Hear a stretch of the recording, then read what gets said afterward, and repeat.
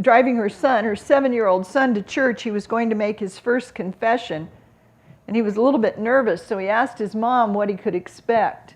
And she said, well, confession is where you tell all the bad things you've done to the priest. And she said he just took a big sigh and he looked so relieved. And he said, well, good, I haven't done anything bad to the priest. Cute, huh? There we go. So I've been reading in Eric Butterworth's book, that says Practical Metaphysics, the spoken word. It's kind of hard to see up there. I've been reading in Eric Butterworth's book called Practical Metaphysics, going back to really the basics of unity teachings. Eric Butterworth was the unity minister in New York City. He wrote Discover the Power Within You. He was kind of the it minister for many years because he was really the first one to be published by a major publishing house in the United States with his book, Discover the Power Within You. And he held services at Lincoln Center and had 2,000 to 3,000 people every Sunday. One of his attendees was Donald Trump, and I think that's where he got the message of you can do anything you put your mind to as long as you call the power of the spoken word. He seems to declare things as if they're true. He mixed the message up a little bit, but anyway, Eric Butterworth was a great minister, great teacher. He's passed over now, but I'm working from his book, Practical Metaphysics and the Power of the Spoken Word. So in it he says, one of the most remarkable statements of the entire Bible is, life and death are in the power of the tongue. Life and death are in the power of the tongue. Have you said things that went out, you wish you could reel them right back in? You know, and you've said things that have hurt, others have said things that have hurt you, and they stay with you a long time. And of course in Unity we teach the power of the spoken word to create, and we're going to talk about that a lot. Life and death are in the power of the tongue. This is especially startling because most of us, if we're really honest with ourselves, have given little thought to the words that we speak. We just talk. And some of us just talk and talk and talk and talk. When I was in Kansas City, I had a close girlfriend, and we would go walking around. We lived at a lake, and it was 4.6 miles around the lake, and we'd walk that every night. When she got off work and came home, we'd walk that every night and talk, talk, talk, talk. Her husband always said, when you and Shirley get together, there's not enough oxygen on the planet. Because we would talk and walk and talk and walk. In Unity, most of us have learned it matters what we say. You know, there's certain watchwords that have become very popular. With dieting, it's you are what you eat, right? You are what you eat. Certainly, whatever we put into our bodies has a tremendous influence on our health and our well-being, and many of us pay close attention to how we nourish our bodies. As we grow spiritually, though, we become more in tune with some of the words of Jesus when he said, it's not what enters into the mouth that defiles the man, but that which comes out of the mouth. It's not what enters the mouth that defiles the man, but that which comes out of the mouth. Think about that. It gives you permission to kind of eat whatever you want, doesn't it? Doesn't matter anymore. Doesn't matter anymore. What comes out of your mouth is more important than what goes into it. Jesus also reminded us in Matthew, I say to you that every idle word that men shall speak, they shall give account of on the day of judgment. For by your words you shall be justified, and by your words you shall be condemned. Right? And this, of course, has been misunderstood because this old idea about Judgment Day refers to a time when the roll call is made up yonder and God opens up this black book and says, well, you've said some terrible things down there and now we're going to hold you accountable. Eric Butterworth says that isn't it at all. That's an old belief, isn't it, that somehow Judgment Day comes and we're judged for everything we've ever done in our lives. But he makes it even more serious. In Unity, we teach Judgment Day isn't a point in time at all. It refers to a reckoning process of spiritual law. So every day is Judgment Day. Every word you speak has meaning and purpose. The day of judgment, in terms of the words, is when you pay the piper. If you say some negative statement, such as, every time it rains I catch a cold, and then it rains and you catch cold, you've created that judgment on yourself. Every day is Judgment Day. The words you speak are creative. and they're creating your life. And so we want to pay attention to the words that we speak. If you bless your food before you eat it, it assimilates to your, it's been proven that it assimilates to your body more systematically in a more enriching way, because you're giving power and energy to what you're doing in that moment. Saying grace is a good thing. In metaphysics, there's a tendency to deal with the power of thought and the power of our imagination and our feelings and programming our subconscious mind. But it's also important that we not overlook the power of our words, the power of our words.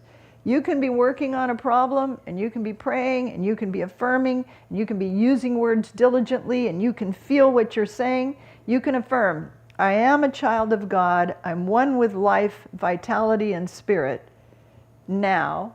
And then 10 minutes later, boy, I'm exhausted. You know? And so which one do you feel? Which one do you declare with authenticity? Your subconscious mind, now listen to this, your subconscious mind does not discriminate. It can't tell the difference between your casual words and your causal words.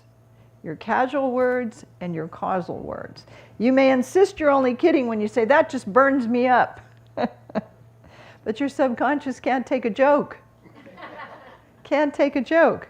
It registers all the words and assumes that's what you want. So all of a sudden, whatever's burning up inside of you, you have high blood pressure, who knows what's resulting from that. That just burns me up, or I'm so frustrated, or I'm so worried, or I'm so lonely. Whatever it is you're proclaiming, you're creating for your life.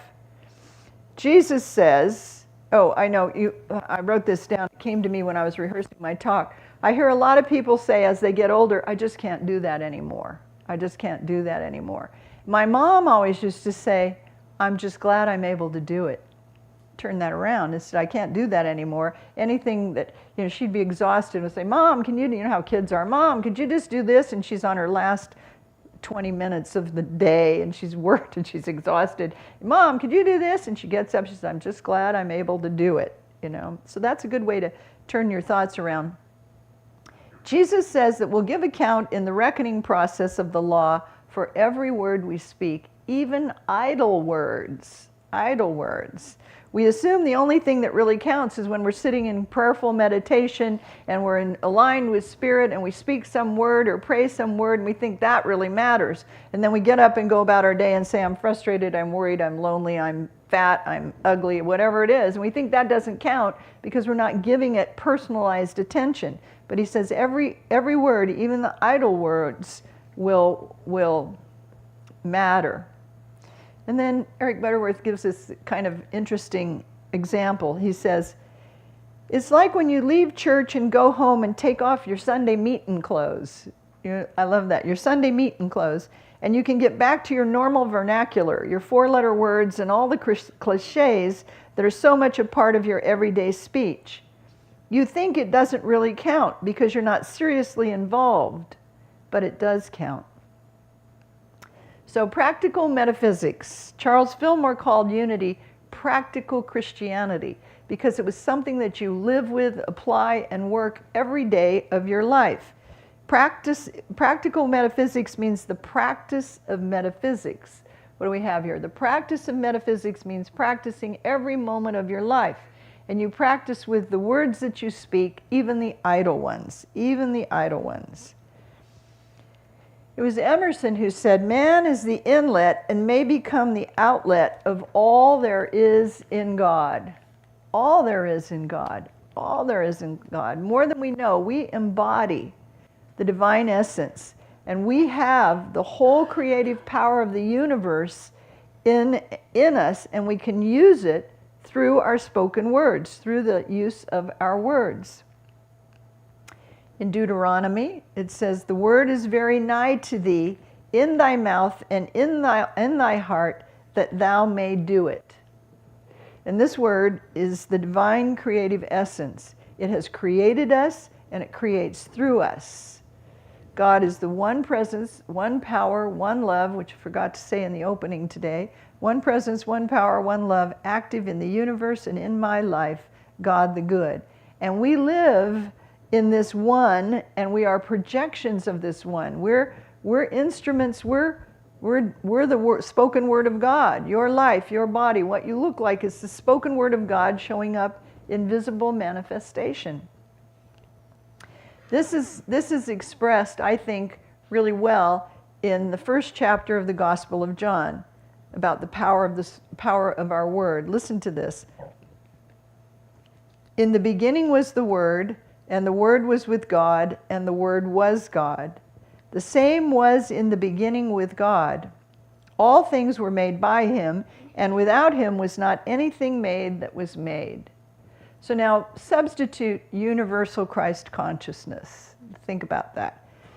In the beginning was the universal Christ consciousness, and the universal Christ consciousness was with God, and the universal Christ consciousness was God. The same was in the beginning with the universal Christ consciousness.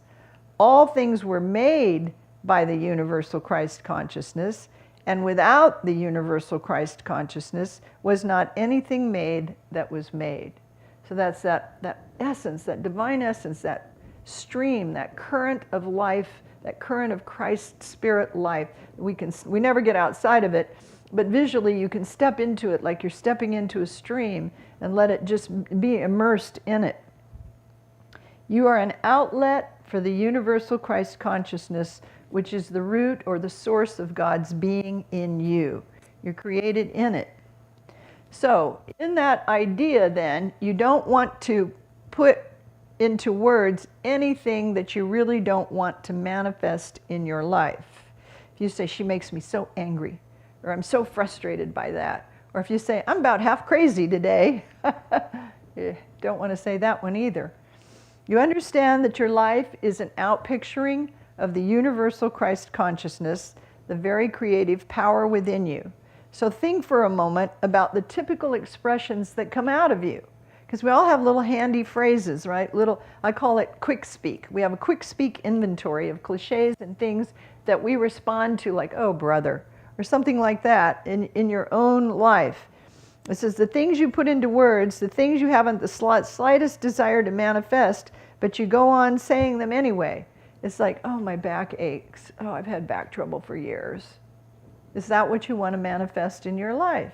Or the health and life and strength of God are now active in my back. Correct yourself. Since we're constantly, I think there's one more slide there, Jesse. Don't put anything into words you don't want. That's interesting. And years ago, people in Unity would say something that they didn't want, and they'd say, cancel, cancel, cancel, cancel. But you've already released it into the ethers. There's no, you need to put something else forward that will mitigate that. Cancel, cancel, I don't think works. I don't know. Since we're constantly involved in communication with one another, it's vitally important that we set a seal upon our lips. Kind of in the morning when I get dressed, I put my lipstick on. I'm going to start envisioning that as a seal of goodness that I'm putting on my lips, a seal of beauty. So the words that come out are beautiful and enriched, and put moisturizer on your lips or chapstick on your lips, and it's just better. So Eric says, set a seal upon your lips to really watch the words that come out of your mouth. Say the kinds of things you really want to say. And I would say, text the kinds of things you really want to text. Because the power of the spoken word and the power of the written word, not the kinds of things that you don't want to see manifest, not the kinds of things that you say impetuously or out of habit. Oh, she's just always like that, oh, I just can't deal with her today. Let go of that. Our habit patterns for speech run deep. They say we learn to speak from our mothers because she's holding the baby and she's looking at the baby and she's talking to the baby, and the baby learns to form its mouth and its words the way the mother speaks to it. Think about that. So, it's just from birth, we're learning how to speak, and we're learning what to speak. Ooh, you're so cute, you're just so adorable. And we have habit patterns that run deep. Most of us have a list of cliches and habit patterns of speech that we utter over and over. So I want to give you this morning a few ways that you can help turn your words around. And the first one I love is don't be verbally permissive. Don't be verbally permissive. Clean up your speech and eliminate the negative cliches. You know, if you just say, oh, I drive to work and I hit every red light. Stop. Stop with that kind of stuff. Clean up your speech and eliminate the negative. Don't be verbally permissive. If you say, I always make that mistake. I'm afraid I'll lose my job as everyone else is being laid off. Here's one I hear a lot about. I walk into the room and I can't remember what I went in there for, right? I just don't know where I left my glasses. Stop. You know, you're creating dementia. I walk in the room and I don't know what I went in here for. I can't remember. Well, is that what you want to create for your life? That when you walk into a room, you don't remember where you are? I mean, that's a big one. You say things you don't really want to happen. So make a commitment to be verbally positive rather than verbally permissive. Big difference, right? Second way to turn your words around is let something good be said. Let something of the God principle, something of the one presence, one power, one love be articulated. So what does it say here? Let something of the God principle be articulated so you stay in the divine creative process. You're listening within all the time and you want to speak those words, and we'll talk about that in a minute. When you affirm something like, I'm a spiritual being, health and wholeness are mine now, you are not saying this to make it true. It's not going to be true just because you say it. This is not what practical metaphysics is about, Eric says. It is not saying a lot of platitudes, and if you say them long enough or correctly enough, they're going to become real. You are actually saying what is true in spirit. My body is healthy and whole. Even if the back still hurts, my body is healthy and whole, because that's what you're calling forth out of the creative process of spirit, because that's true in the universal life essence of God. You're healthy and whole and perfect in every way. You're saying what is true in spirit, and you're getting your words into the flow of the universal Christ consciousness. You're stepping into that flow.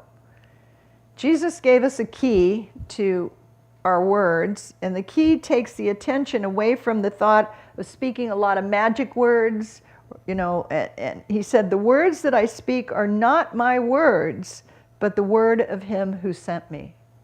Did you get that?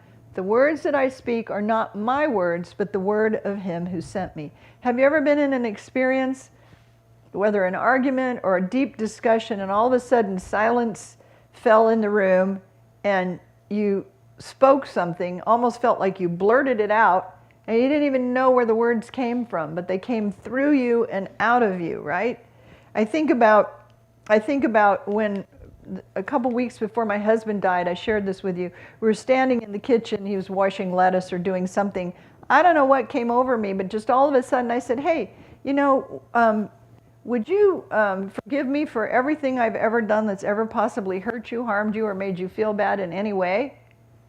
And he said, he turned and looked at me. He said, yes. And then he said, same here, which is guy code for me too, right?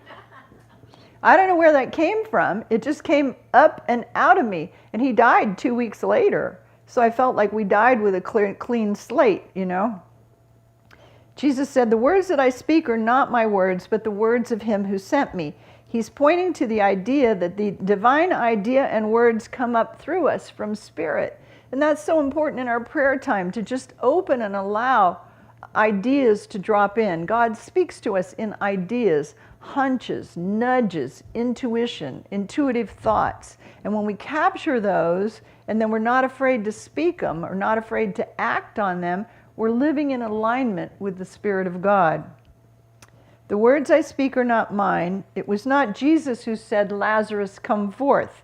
He got himself out of the way, and he allowed what was happening in that experience to flow forth from him.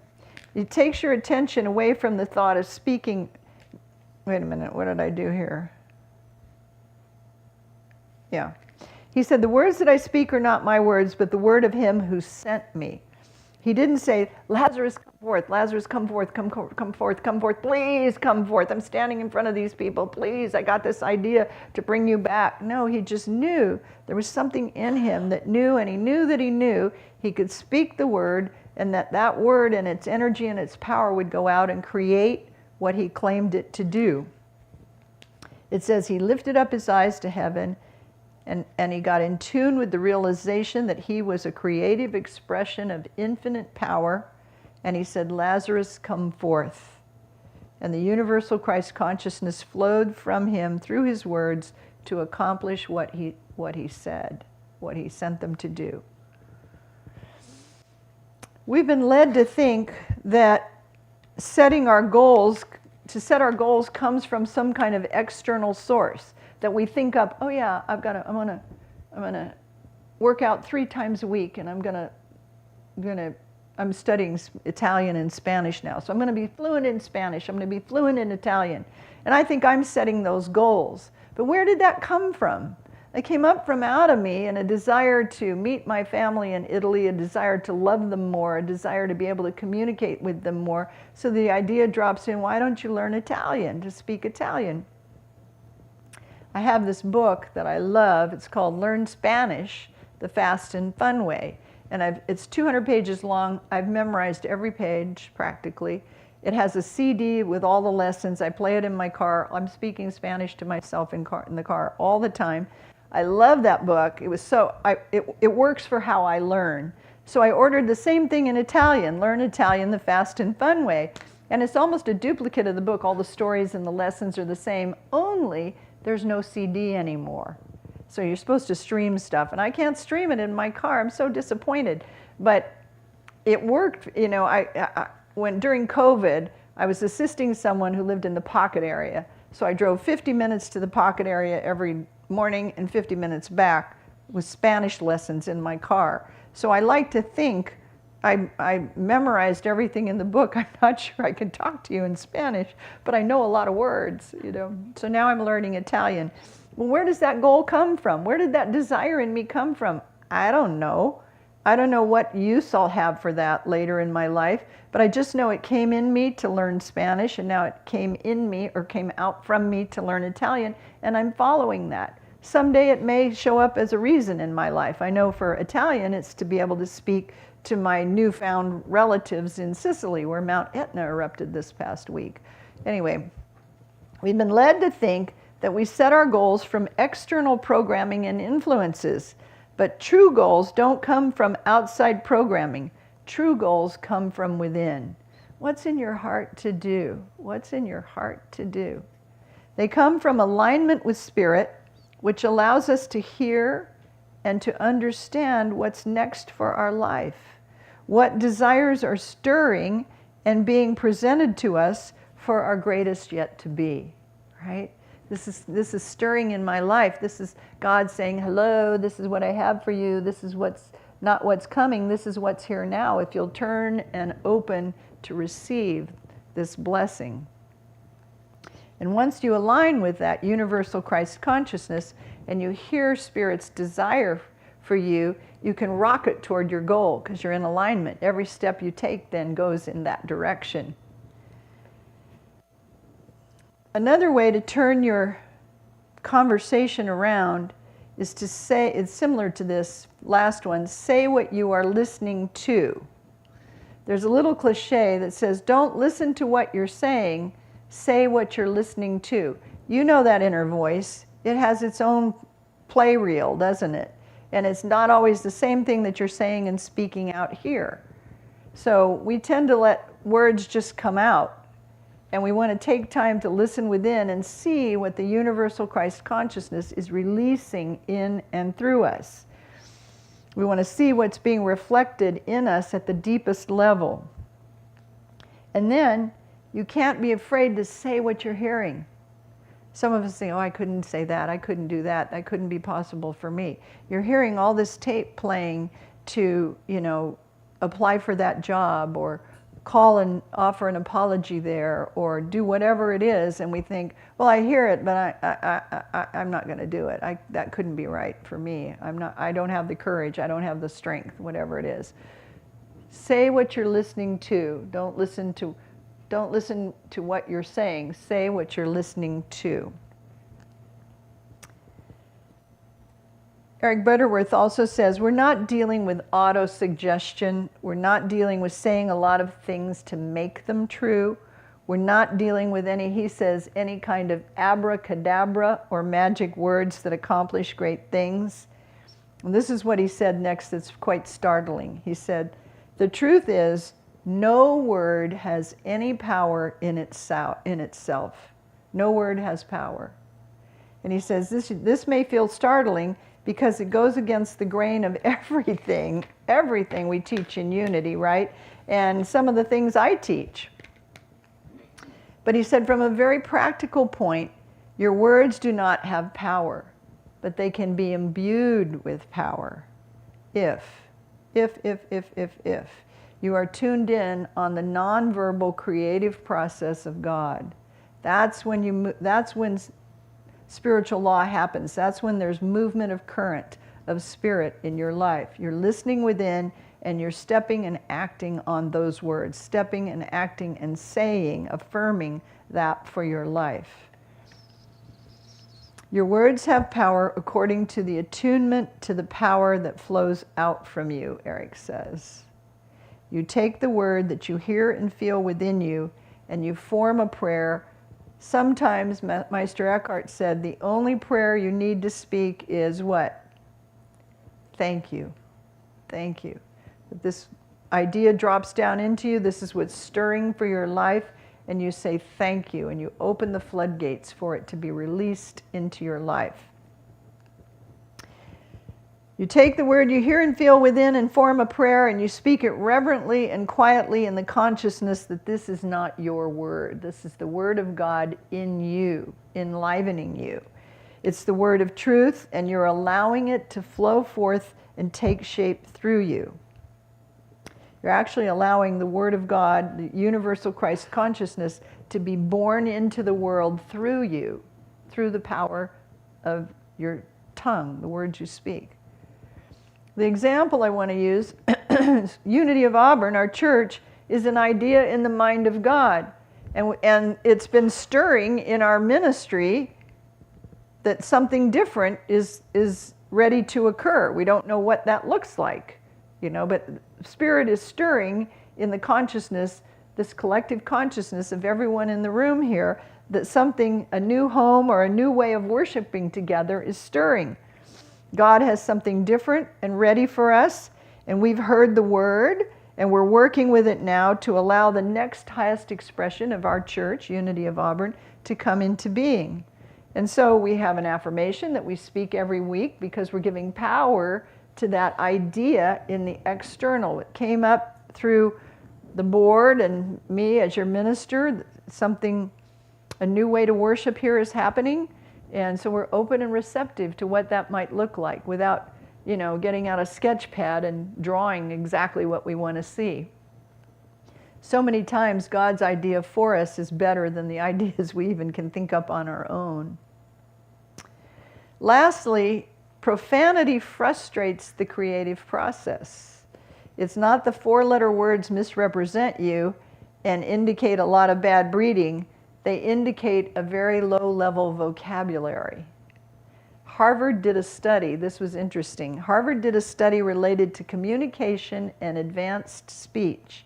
And they discovered people who used profanity excessively, people who did not have a good vocabulary, who were always saying something like, well, you know what I mean, and they couldn't find the words to really articulate what they wanted to say. The study discovered that among this kind of people, there was the greatest degree of violence. Violence. The study concluded, when words cannot communicate, violence takes over. If people cannot say things in words, they will use fists and clubs. Retaliation, resentment, retribution. when they have a low vocabulary. The study also found the reason for deadly violence in America as opposed to lesser levels of violence, for instance, in Great Britain. It's basically because we speak such poor English. The British have a lot of words, don't they? They speak them with that beautiful accent. Granted, the study says these are semanticists speaking, but it falls in line with the need to dress up our speech. Dress up your speech. To speak articulately and to say things that really communicate. My sister-in-law, whom I seem to use in my sermons lately, Jennifer, she's British, she's 6 foot tall. I always say she would make Queen Elizabeth look sloppy. She is just so proper. And I can remember when Ashley was a little girl, she would look at Ashley and she would say, "Excuse me, enunciate your words. You must speak clearly." And she would clearly. You must speak clearly, enunciate your words. And she would always be after her to speak articulately.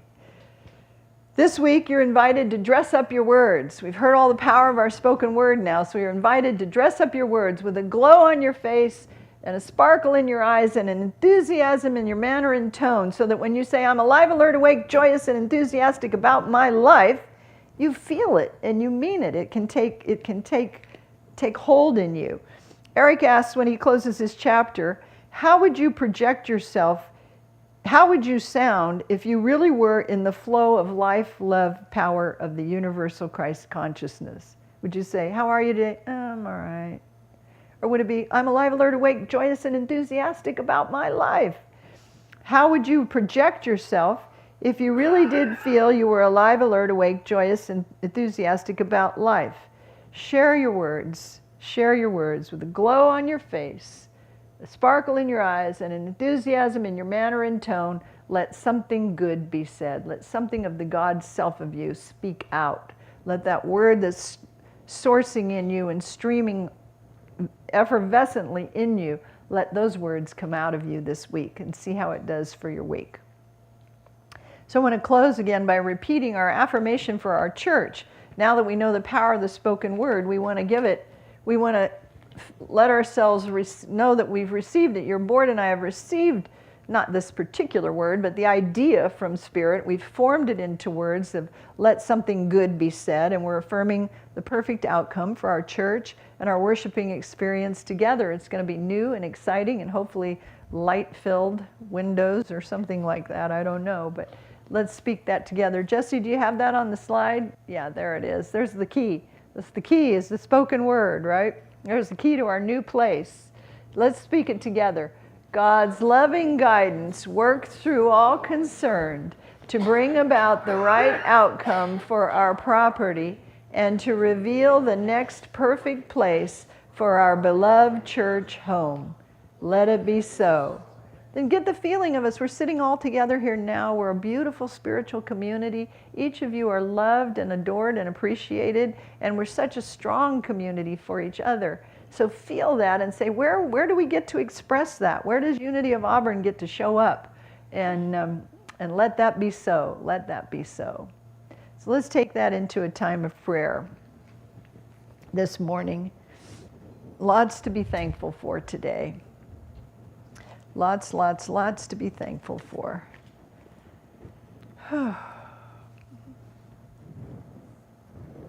So take a deep breath in and let yourself be centered in the idea that your words have power.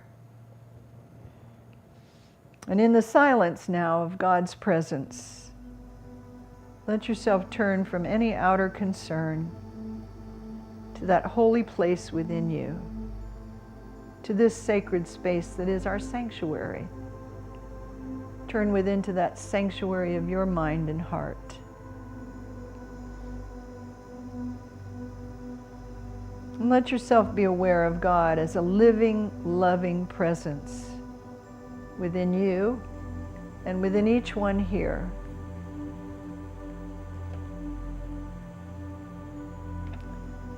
And our scripture is from the book of Job, chapter 32, verse 8. But truly it is the Spirit in a mortal, the breath of the Almighty, that makes for understanding. And the affirmation for inner peace. Peace is my breath and serenity peace is my breath and serenity is the beat of my heart. So inhale, inhale, inhale. And exhale, exhale, exhale. Peace is my breath and serenity is the beat of my heart. And if you're still enough, you can feel your heartbeat in your body.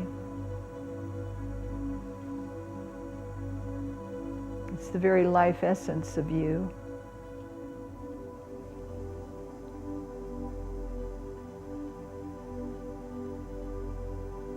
And quieting your mind and focusing on the natural pulse, the natural beat of your body. You let every breath, inhale, receive the nourishment of spirit, the strength of spirit, the love of spirit. And every exhale moves out of you any toxins, any negative thoughts, any fears, any doubts, any worries.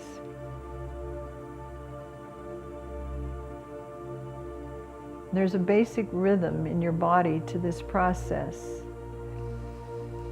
Inhale the breath of spirit, life, love, power, strength, wisdom. Exhale fear, doubt, worry, stress, strain. Let that breath cleanse you so that peace is your breath and serenity is the beat of your heart.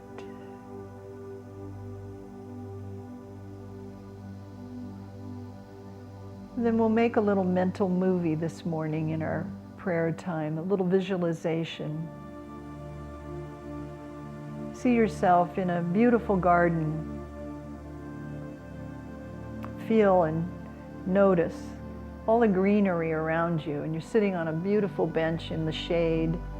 There's just a light breeze. There's some pink and white flowers nearby. Just a sprinkle of color. And you're totally at peace as you sit there. And you drop into that place of quiet where you can feel your heart beat. And you know that all is well in your world. There's even a song on the radio, todo está bien, all is well. Todo está bien.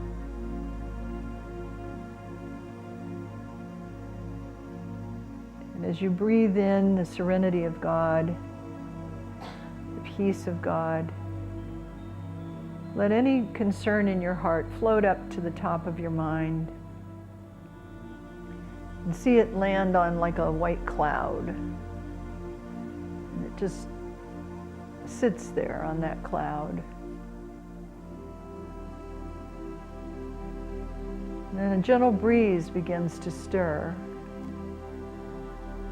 And you see the breeze begin to move that cloud first out of your vision that you can see as you sit in the garden.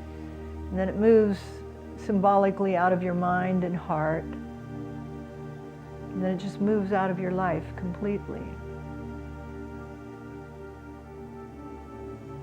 And that little white puffy cloud carries with it any fear, any doubt, any worry, any concern that you've placed there.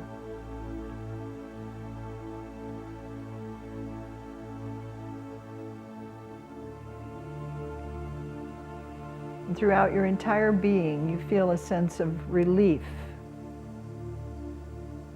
a sense of release, that whatever this matter has been, it's now drifted, gently, gently drifted out of your life to be gone forever.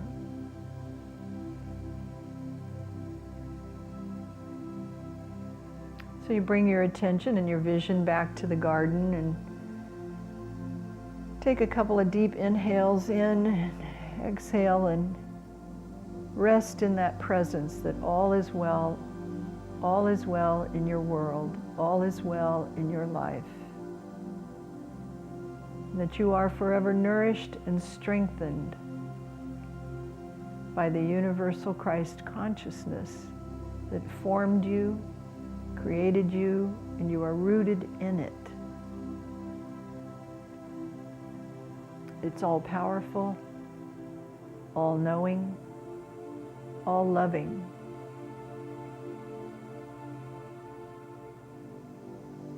And as you feel nourished by that word, by that truth, your shoulders relax down, your jaw lets go a little bit, your arms relax, your body relaxes, your legs, your feet. And you feel the well-beingness of God in every part of your body.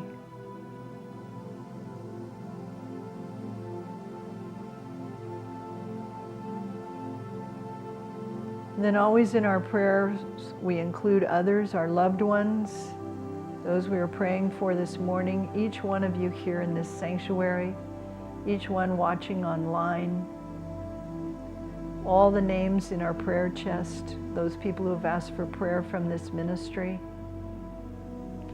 Anyone in particular you especially wish to bless, call them to mind now, see their face in front of you, and see them standing in that radiance that is God, see them surrounded by that sparkling, gentle white light.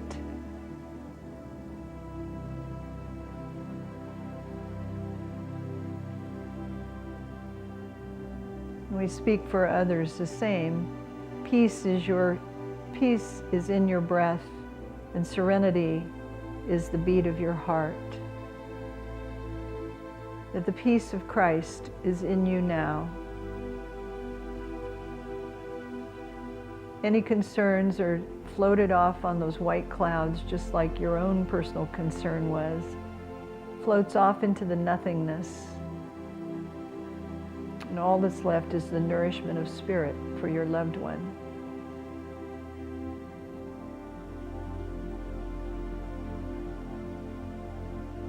And for this we are grateful. And so we give thanks now in the name and the nature of the one who said, Father, I thank you that you hear me and that you hear me always. Knowing that our words have power, we are grateful. And together we all say, Amen.